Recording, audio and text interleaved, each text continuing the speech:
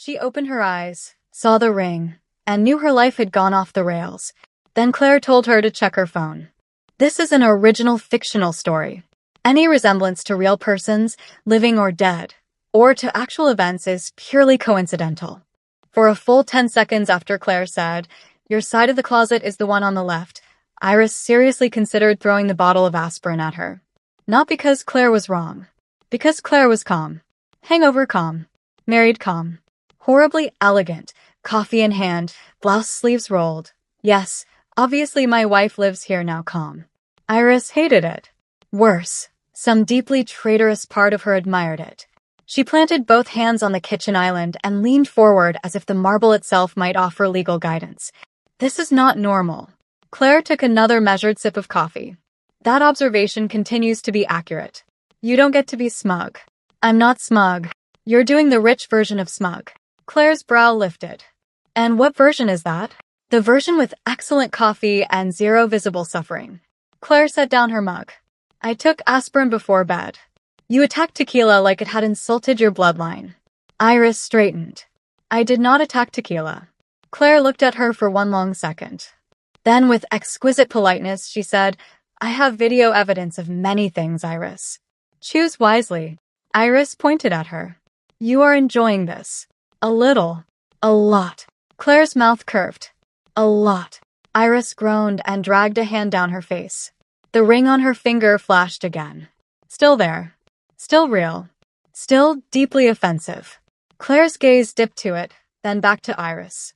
Her expression changed only slightly, but enough for Iris to catch it. Something gentler under the amusement. Something steadier. Sit, Claire said. Iris narrowed her eyes. Excuse me, you're hungover, dramatic, and one bad decision away from trying to leave in one sock. Claire nodded toward the stool at the island. Sit. Have coffee. Then panic with dignity. Iris should not have obeyed that tone. She obeyed that tone, which made it worse. She sat. Claire turned, moved around the kitchen with the kind of efficiency that suggested this was not a woman who tolerated chaotic mornings.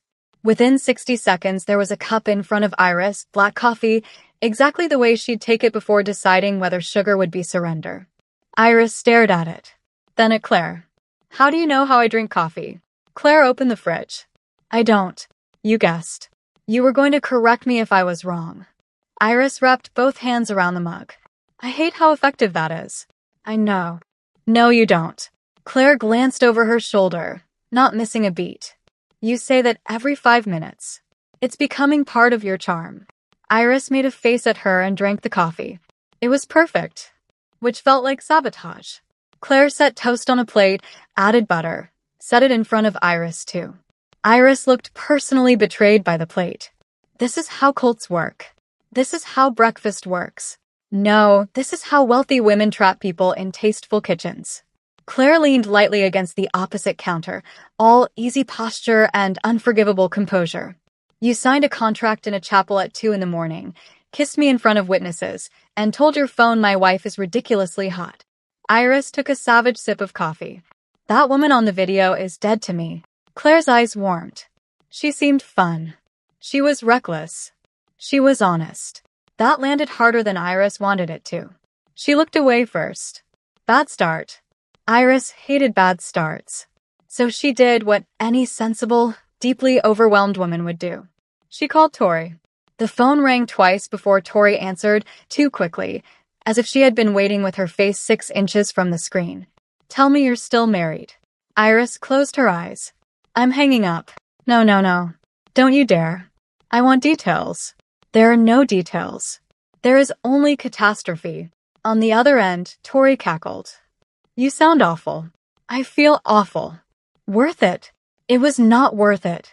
Across the kitchen, Claire opened a drawer, took out a knife, and sliced fruit with the kind of controlled precision that made Iris feel weirdly threatened on behalf of the strawberries. Tori lowered her voice dramatically. Is she there? Iris glanced up. Claire met her eyes and, with zero shame, gave her a small, elegant wave. She's making breakfast, Iris muttered. Tori went silent for one stunned beat, then screamed. Iris yanked the phone away from her ear. Jesus! She's making you breakfast? Tori hissed. Oh, you're done for. I am not done for. I am actively seeking escape. From the penthouse? Apartment. Same thing if it has a view and emotional damage. Iris pinched the bridge of her nose. Tell me this can be undone. Tori hesitated just enough to be unhelpful. Then said, I mean, legally? I don't know. Maybe. But you did sign everything. And before you ask, yes, you were very coherent. Disturbingly coherent. At one point you corrected the officiant on the spelling of Quinn. Iris dropped her forehead lightly to the cool marble island. I want a new life. You have one, Tori said brightly. You're married. Iris made a strangled noise. Claire slid a plate a little closer to her without comment. Tori kept going, thoroughly enjoying herself. Also, for the record, you were absolutely the one climbing all over her. I wasn't climbing. Iris. I was expressing enthusiasm. On her neck. Goodbye, Tori. Tori laughed. Call me later, Mrs. Donovan Quinn. Iris lifted her head so fast she nearly saw stars. I will have you legally eliminated. Love you too. The call ended. Iris stared at her phone as if it had betrayed her on a constitutional level. Then she slowly looked up and found Claire watching her over the kitchen counter, amused beyond reason. Don't, Iris warned. Claire's expression stayed innocent. I haven't said anything. You're thinking loudly. That sounds like something your gallery would put on a tote bag. Iris almost laughed. Almost. She caught herself just in time and glared harder. Claire folded her arms. You're staying here. Iris set down the mug. That was not a discussion. It can be one if it makes you feel better. The outcome will remain the same. Claire, you signed the clause. We are not going to keep quoting the contract all year, are we? Claire's face shifted, subtle but real. Less teasing now. More deliberate. No, she said. We aren't. That changed the air. Iris straightened a little. Claire went on, quieter this time. The contract got us here. Fine. It did its job. But I'm not interested in spending a year waving paper at you like I bought a hostage. I'm interested in whether we can actually do this without behaving like idiots. Iris blinked. That was not what she had expected. Claire moved around the island and stood across from her, one hand resting on the marble between them. So let's be clear, Claire said. You live here with me. You don't disappear for 3 days because you're overwhelmed. You don't let me hear about my own wife from your friends or from gossip. And I won't treat you like an accessory I won in a bar. Iris looked up sharply at that. Claire held her gaze. You're not decoration, Claire said. You're my wife. Which, granted, is ridiculous. But if we're doing ridiculous, we'll do it properly. There was again. That word. Properly. Iris hated how much her pulse responded to that word in Claire's mouth. She folded her arms, defensive on instinct. And what exactly does properly mean to you? Claire's answer came without hesitation. Honesty. Not running. Sleeping under the same roof. Eating at the same table once in a while. Not pretending we're strangers when it's convenient. Her eyes flicked to the ring on Iris's hand and back up. And not treating this like some drunk prank we're both above. Iris let that sit. Because the truth was, that was exactly how she had planned to treat it. A prank. A disaster. A story she'd tell later with one hand over her face. But Claire was standing 3 feet away in morning light, speaking like this mattered. Not because of headlines. Not because of appearances. Because she had said yes and meant it. Dangerous woman. Iris lifted her chin. You forgot one thing. Claire waited. I'm still allowed to think this is insane. Claire's mouth curved. That's not only allowed. It's encouraged. That finally got a laugh out of Iris. A short one. Tired and unwilling and real. Claire looked absurdly pleased with herself for causing it. Iris noticed that and immediately regretted giving her the satisfaction. Don't look so triumphant, Iris muttered. I'm not triumphant. You are internally unbearable. That may be true. Iris pushed her coffee aside and stood. Fine. I need clothes. And my laptop. And approximately 12 more reasons not to panic. Claire nodded once. I'll take you. No. Claire blinked. No. I am not being escorted around like a scandalous pet. Claire's brows rose. That is a very strange image. You know what I mean. I do. And I'm still taking you. Iris planted one hand on her hip. Why? Claire's gaze stayed level. Because if I let you leave alone on the first morning, you'll vanish into your gallery and answer my messages in 6-hour intervals out of pure spite. Iris opened her mouth, then stopped. Because yes, that was exactly what she would do. Claire nodded as if receiving silent confirmation. Thank you for your honesty. I wasn't honest. You were transparent. That's worse. Claire glanced toward the hallway. You can wear something of mine until we stop by your place. Iris looked offended on principle. You think I'm fitting into your rich woman wardrobe? Claire's eyes moved, very slowly, over Iris from tangled hair to single sock, then back up again. I think I'm about to find out. 20 minutes later, Iris was standing in Claire Donovan's dressing room wearing one of Claire's white button-down shirts with the sleeves rolled and the collar open, dark trousers that fit a little too well, and an expression suggesting she might burn the entire apartment down. The closet itself was offensive. Not because it was huge. Because it was curated. Everything had space. Light. Intention. Shoes aligned like disciplined soldiers. Coats arranged by color. Jewelry hidden behind velvet panels. It looked less like storage and more like a quietly expensive museum dedicated to control. And on the left side, just as Claire had said, space had already been made. Empty hangers. An open drawer. A shelf cleared. Iris stood still for half a second. Damn her. Claire, standing near the doorway fastening her watch, noticed. I had Eva come by early, she said. Iris turned. Who's Eva? My house manager. Of course you have a house manager. Claire smiled. You say that like I keep dragons. This apartment is one dragon short of a dynasty. Claire laughed and stepped closer. Not too close. Just enough to make the shirt on Iris's skin feel suddenly much more noticeable. It suits you, Claire said, glancing at the white button-down. Iris looked down at herself. It's aggressively expensive. It's cotton. It's threatening cotton. Claire's eyes dipped to the open collar, to the shape of Iris's throat, then came back up. You wear my clothes surprisingly well. There was no reason for that sentence to feel like a hand sliding under Iris's ribs. And yet, Iris tilted her head. Careful, Claire. Why? You're looking distracted. A pause. Then Claire smiled, slow, recognizing the theft of her own line. Good, she said softly. Then I'll recover quickly. Iris had to look away. Immediately. For health reasons. The drive to Iris's gallery should have been awkward. Instead, it was intolerably easy. Claire drove herself, which somehow made her even more annoying. No driver. No performance.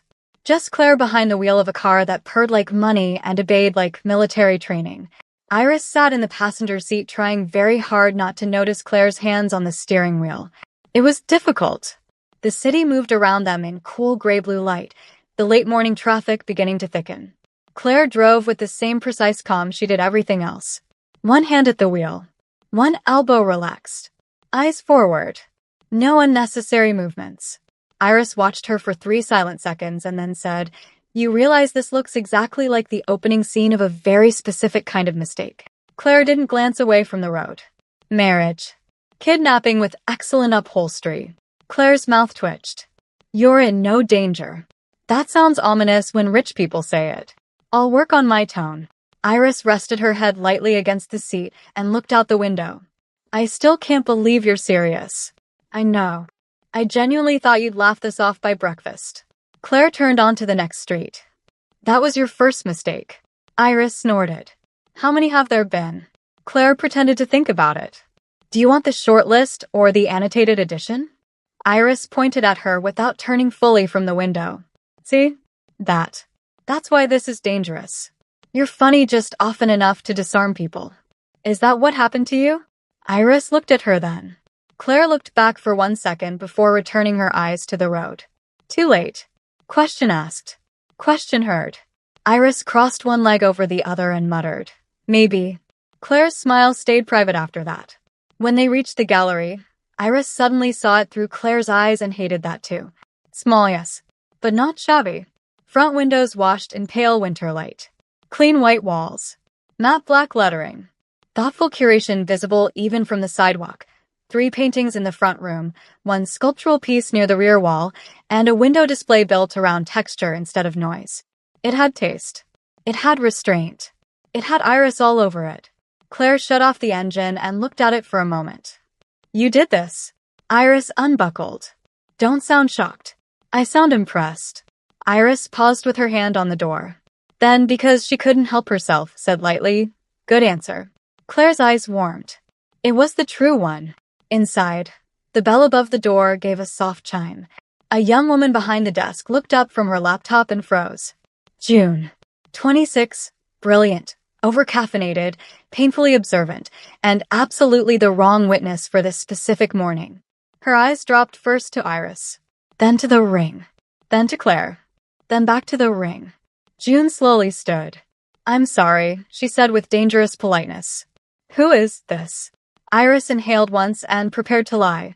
Claire, meanwhile, stepped forward with impossible ease and extended her hand. Claire Donovan. June stared at the hand for a beat before taking it.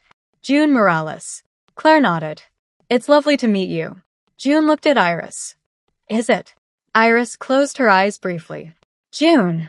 June pointed, not even trying to be subtle. Why are you wearing a ring? Before Iris could answer, Claire said, calm as a verdict, because we got married last night. The silence that followed was so complete it practically acquired furniture. June blinked, looked at Iris, looked at Claire, looked back at Iris, then said, very softly, I knew yesterday felt unstable. June, Iris said through her teeth, go make coffee. I already made coffee. Make worse coffee then. June did not move. You got married? Yes. To her. Claire stood serenely beside a display pedestal and somehow made the question sound beneath her without being rude. Iris rubbed one hand over her face. Yes, June. June's eyes widened further. Like, legally? Claire answered that too. With witnesses. June put both palms flat on the desk as if steadying herself against the collapse of ordinary life. I was gone for one night. It was a very productive night, Claire said. Iris turned to glare at her. Claire looked back with no regret whatsoever. June, to her credit, recovered quickly enough to become suspicious instead of stunned. Are you okay? She asked Iris in a tone that clearly meant blink twice if she's dangerous. Iris opened her mouth.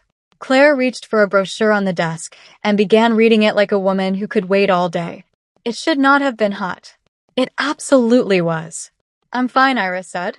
I need my bag from the office and a few things from the back. June leaned in. Do I call Tori? No. Lawyer? No. Priest? June. June lifted both hands. I'm adapting. Iris disappeared into the office before the conversation could get worse. Which, naturally, meant it got worse without her. In the back room, she found her canvas tote, laptop, notebook, charger, sketch roll, and enough dignity to fit in none of them.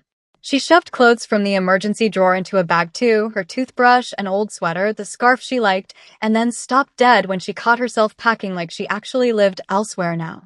Or rather, like she didn't. Her hand tightened around the edge of the drawer. This was absurd. It was temporary. 1 year, said a vicious voice in her head. No. She refused to think in years on day one. When Iris came back out, June was standing beside Claire in front of a mixed media piece on the east wall, and for one dizzy second it looked like the beginning of a very strange buddy comedy. Claire had her hands loosely in her trouser pockets, studying the work without performing expertise. June stood beside her with narrowed eyes, as if trying to determine whether Claire Donovan was one of those wealthy women who bought art because it matched a sofa. Claire nodded once toward the piece. This one is good. June answered cautiously. It is. The layering is restrained. June blinked. Claire went on. A less disciplined hand would have ruined it by trying to explain itself. June looked at Iris across the room. Iris stood there with her bags and an extremely inconvenient feeling in her chest. Because that was not the comment of someone pretending. That was the comment of someone actually looking. June, now openly reassessing the situation, said, You collect? Claire's expression shifted. Some. She does, Iris said before she could stop herself. Claire turned toward her. You know that already? Iris regretted the sentence instantly. Lucky guess, she said. Claire's eyes lit with quiet amusement. June, seeing everything and enjoying too much of it, folded her arms. Do wives usually sound that annoyed by each other this early? Ask me in 6 months, Iris muttered. Claire glanced at her. Optimistic. June made a soft choking sound that was almost a laugh. Then Claire did something worse. She pointed toward the mixed media piece and said, "I'll take this one." Iris stared. Claire. Claire looked at her. What? That is not how you behave when you've accidentally married the gallery owner. I didn't accidentally marry you. June's eyes widened in delight. Iris pressed her lips together. Claire turned back to June. And I'd like the artist information. Full price. No wife discount. June, who was having the morning of her life, nodded far too quickly. Absolutely. Iris folded her arms. You are impossible. Claire stepped closer and said quietly, only for her, I'm supporting my wife's business. I thought that was one of the attributes of marriage. Iris stared at her. That line had no business being that effective. None. I hate when you say wife like that, Iris said. Claire's brow lifted. Like what? Like you enjoy it. Claire held her gaze. Then, very softly, I do. That was the moment June developed the expression of a woman mentally buying popcorn. The afternoon slid by in a way Iris had not expected. Claire stayed. Not hovering. Not taking over. Just there. She answered one work call in the office with the door half closed, her tone calm, concise, and so decisively competent Iris nearly hated listening to it. She did not bark. Did not posture. She asked sharp questions, listened to answers, ended the call in under 4 minutes, and came back out carrying herself exactly the same as before, as if running large parts of the world from a borrowed gallery chair was not unusual. At one point Iris caught herself watching Claire read an exhibition statement. Claire looked up and caught her catching herself. Iris immediately pretended to rearrange postcards. Smooth, Claire said. Shut up. By 3, June had recovered enough to go from alarmed to rude. She cornered Iris near the back wall while Claire stepped outside to take another call. Okay, June whispered. Objectively, she's terrifying. Iris adjusted a frame that did not need adjusting. She's not terrifying. She's not. No. June stared. Iris. She bought a piece without asking the price. That's called being solvent. That's called being from another planet. Iris tried not to smile and failed slightly. June saw that immediately. Oh no, June said. Iris looked at her. What? Oh no. You like her. I do not. You do. I find her. Iris searched for a word and chose the wrong one. Interesting. June made a face of profound pity. That's rich people poison. You're done. I am not done. You're wearing her shirt. Iris looked down in betrayal. June pointed to the ring. And her ring. She's also wearing mine. June blinked once. That's actually weirdly romantic. Iris groaned. Stop helping. When Claire came back in, June took one look at Iris's face and very wisely retreated to the desk. Claire approached with a paper cup in each hand. She handed one to Iris. Iris took it automatically. What's this? Tea. I didn't ask for tea. You looked like you needed tea. Iris stared at the cup. Then at Claire. Then, against all self-respect, took a sip. Perfect. Again. Iris narrowed her eyes. This is getting sinister. Claire glanced toward the desk where June was pretending not to listen. I have many talents. I don't like that sentence from you either. Claire smiled. Noted. By 5, they left together. Again, that should have been strange. Again, it wasn't. Outside, the air had sharpened into evening. Claire took Iris's overnight bag without asking, slung it into the back seat, then opened the passenger door with the kind of old-school courtesy that would have been ridiculous from almost anyone else. Iris paused beside the car. Claire looked at her from across the roof. What? That. What? The door. Claire blinked. I opened it. Yes. I noticed. Would you prefer I stop? Iris looked at her for a long second, then got in. Claire shut the door with a faint smile. In the car, the city turned gold at the edges, office windows catching the sunset, traffic lights reflecting in the windshield. Iris rested her elbow on the door and watched people crossing at the corners. After a while, she said, You really bought that piece.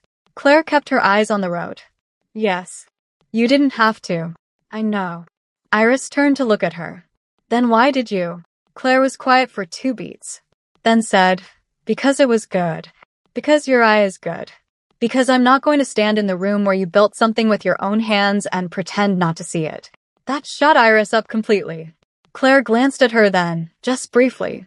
You're not the only one allowed to be sincere occasionally. Iris looked away first. Again. This was becoming a pattern she deeply resented.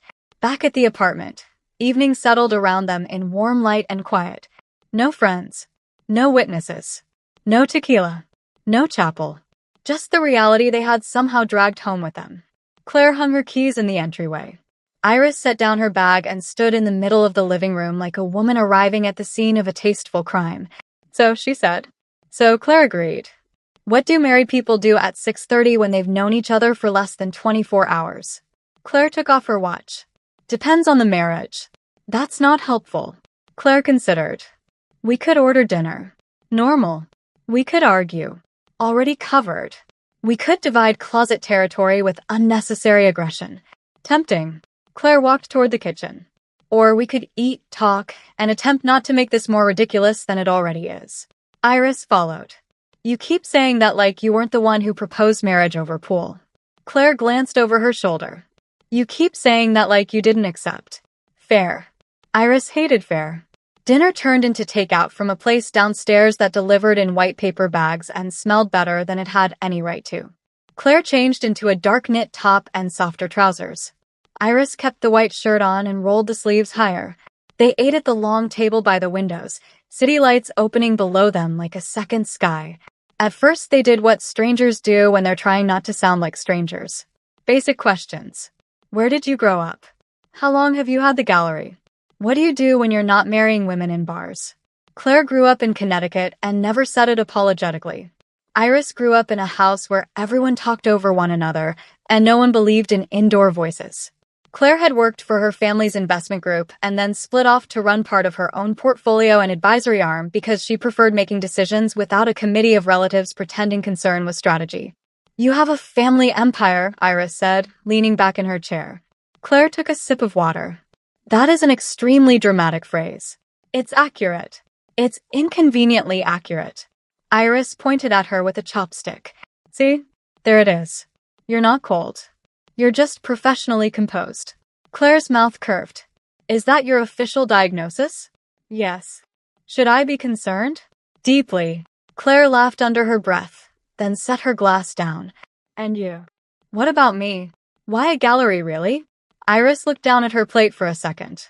The honest answer came before she could stop it. Because art was the only place people ever told the truth without pretending they were. Claire went still. Not stiff. Just attentive. Iris felt it immediately and nearly rolled her eyes at herself. Great.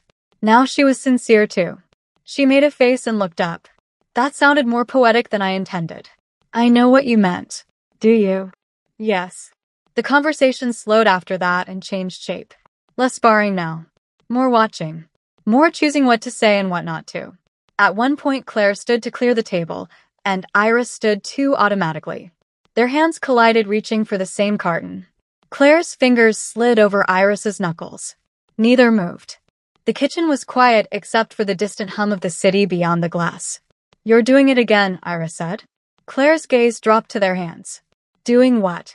Looking like you know exactly how much this affects me. Claire slowly lifted her eyes back to Iris's face. I don't know exactly, she said. That was almost worse. Iris swallowed. Claire did not let go immediately. Also worse.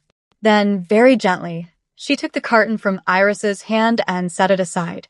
You should unpack, Claire said, voice lower now. Before you pretend you're leaving again. Iris lifted a brow. You make everything sound like a challenge. Claire's mouth softened. Maybe you hear everything that way. That followed Iris into the closet. She told herself she was only putting things away because living out of a bag in Claire's apartment would feel like losing. That was all. Nothing emotional about placing her sweater in the drawer Claire had cleared. Nothing emotional about hanging her coat beside Claire's. Nothing emotional about the visual shock of her things beside Claire's things, as if the apartment itself had accepted something her brain was still arguing with. When Iris stepped back into the bedroom, Claire was by the windows, jacket off, sleeves loose, city light catching at the edge of her hair. She had taken down her hair clip. The shoulder-length brown waves sat softer now, less polished, somehow more dangerous. Claire turned at the sound of her footsteps. Iris stopped. The room changed. There was no other word for it. No audience now. No excuses. No noise to hide behind. Just them. And the memory of the morning.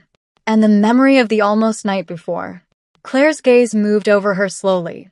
White shirt, bare legs below the hem, slightly mussed dark blonde curls, rings still gleaming in the low light. You kept the shirt on, Claire said quietly. Iris crossed her arms. You're observant. Claire's eyes lifted to her face again. I'm motivated. The heat that moved through Iris at that should have been illegal. She took one step closer. Then another. About this morning, Iris said, voice low. You don't get to keep weaponizing that video forever. Claire tilted her head. I'm not weaponizing it. No. I'm preserving evidence of your terrible judgment. Iris laughed once. Claire's eyes warmed. There it was again. That dangerous, infuriating little burst of pleasure Claire seemed to get every time she made Iris laugh. Iris reached up before she could overthink it and smoothed 2 fingers over the collar of Claire's top. Claire went very still. You like when I laugh, Iris said softly. Yes. Direct. Immediate. No flinch. Iris's pulse kicked hard. And you like saying yes to me, Claire added. That is a disgusting amount of confidence. And yet, Iris was already too close. She knew it. Claire knew it. The city seemed impossibly far away. Iris slid her hand higher, fingertips brushing the warm line of Claire's neck. Claire's breath changed. Not much, but enough. Enough for Iris to feel suddenly, wildly pleased with herself. Still think I'm loud? Iris murmured. Claire's gaze dropped briefly to her mouth. Only when you're winning. And when I'm not? Claire's hand rose slowly to Iris's waist. When you're dangerous. That did it. Iris kissed her. Not with tequila this time. Not with adrenaline and chapel lights and the reckless high of having an audience. This kiss was sober enough to matter. Warm at first. Testing. Then deeper the second Claire pulled her in. There it was again. That precision of Claire's. The controlled way she held the moment until Iris leaned in harder and made it impossible to keep anything measured. Claire backed her one step. Then another. Until Iris's hip met the edge of the dresser and Claire was standing between her knees, one hand at her waist, the other sliding up to cradle the side of her face with maddening care. Iris broke the kiss just enough to breathe. That, she whispered, was not at all how I expected my Saturday to go. Claire's mouth brushed hers once more. You say that like Saturday is over. Iris laughed softly against her lips. Claire kissed the laugh out of her again. This time slower. Longer. No rush. No drunken imbalance. No collapsing into sleep. Just the two of them learning the difference between chemistry and choice. Iris's fingers slid into Claire's shoulder-length hair and ruined whatever polished order was left of it. Claire made a low, please sound and pressed closer. Not enough to overwhelm. Just enough to make a point. Which Claire apparently loved doing. Iris turned her face, kissed the corner of Claire's mouth, her jaw, the line just below her ear, and felt Claire's breath catch for real. Interesting, Iris murmured. Claire, eyes half-lidded now, managed. Don't get smug. Iris smiled against her skin. I'm not smug. You're doing the artistic version of smug. That's not a thing. It is tonight. Iris laughed again, and there was no recovering from that because Claire kissed her harder after, one hand firm at the small of her back now, the other sliding down, then up again, a measured kind of possession that made Iris's knees feel unreliable. Somewhere between one kiss and the next, the bedroom door remained open, and the whole apartment seemed to breathe around them. Iris pulled back only enough to look at her. Claire looked back. Not distant. Not cool. Not untouchable. Just present. Warm with restraint. A woman who liked control and was feeling it shift under her hands. Tell me something true, Iris whispered. Claire did not ask why. She simply answered. I haven't stopped thinking about that moment in the chapel when you said you don't quit just because something scares you. Iris's breath caught. Claire's thumb traced once along her jaw. And? Iris asked. And Claire said quietly, I believed you. That hit somewhere so deep Iris had no defense prepared, which, perhaps for the first time in 24 hours, left her silent. Claire watched her for one heartbeat more, then kissed her forehead with unbearable gentleness. It was almost too much. Almost. Iris slid her hands down to Claire's shoulders and held there. That was rude. Claire's mouth softened. Probably. No, seriously. Iris looked up at her, half amused, half something more fragile. You can't say things like that and then act composed. Claire leaned in, close enough that Iris felt the answer before she heard it. I'm not nearly as composed as I look. A shiver went through Iris. She said. Claire smiled faintly. Yes. And then, because apparently neither of them had learned moderation yet, Claire kissed her again. By the time they stopped, Iris's curls were a mess. Claire's hair was thoroughly ruined. The white shirt hung more loosely from one shoulder, and the room had blurred at the edges for entirely different reasons than the night before. Iris was still catching her breath when Claire's phone lit up on the dresser. Once. Twice. 3 times. Neither moved at first. Then Claire glanced sideways, read the name on the screen, and the warmth in her expression cooled into something sharper. Not cold. Controlled. Iris noticed immediately. That looks ominous. Claire exhaled once through her nose. It's my mother. Iris stared. Now. Claire let the call ring out. Then the phone lit up again with a message. Claire read it. Iris watched her face change by a degree. Enough. What? Iris asked. Claire set the phone face down on the dresser for 1 full second, as if deciding whether to protect the mood or tell the truth. Then she looked at Iris and said, Apparently my family found out. Iris blinked. How? Claire's mouth curved without humor. There are very few events in my life my mother cannot discover through sheer force of entitlement. That is the most frightening sentence you've said so far. Claire almost smiled. Almost. Then she picked up the phone and handed it to Iris. The message was concise. Tomorrow. 1 o'clock. Lunch. Bring your wife. You've embarrassed us enough for one weekend. Mother. Iris looked up slowly. Claire was watching her. Well, Iris said after a beat. That's hostile. Claire folded her arms. She's upset I got married without telling them. You think. Claire ignored that. You don't have to come if you don't want to. Iris stared at her. Then at the phone. Then back at Claire.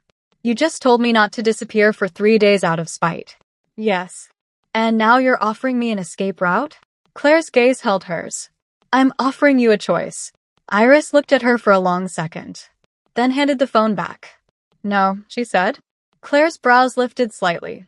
No. I'm coming. Claire searched her face, perhaps checking for sarcasm. Iris lifted her chin. You said we'd do ridiculous properly, remember? Something hot and bright flashed in Claire's eyes. Not triumph. Not exactly. Recognition. Careful, Claire said softly. I might start believing you're serious. Iris stepped closer again, just enough to make the answer land where she wanted it to. Claire, she murmured, one hand sliding to the front of Claire's top. I married you in a chapel at 2 in the morning and moved into your apartment before lunch. She looked up at her. What part of this feels unserious to you? Claire actually laughed then, quiet, helpless for a second, beautiful in a way that made the room tilt all over again. Then she touched Iris's waist once more and said, with maddening calm, Tomorrow at 1, you meet my parents. Iris let out a breath. Great, she said. I'd honestly rather play you for the car again. Claire's smile deepened. Yes, she said. I thought you might. Iris looked at her for one long second, then muttered, If your mother calls me a phase, I'm stealing something expensive on the way out. Claire's mouth twitched. Please don't threaten felonies before dessert. No promises. And somehow standing there in Claire Donovan's bedroom with rumpled hair, swollen lips, and a lunch with her new wife's furious family waiting for them the next day, Iris realized something deeply inconvenient. She wasn't thinking about escape. She was thinking about what to wear. And that, frankly, was far more dangerous. Because tomorrow wasn't just lunch. Tomorrow was war. And if you think Claire Donovan's family is going to make this marriage easy, you have not met rich people with wounded pride. So if you want part 3, the family lunch, the judgment, the sharp smiles, the first real test of this impossible marriage, and maybe the moment Claire decides exactly how far she'll go to defend her wife, subscribe, like, and stay with me. Because Claire and Iris are only getting started.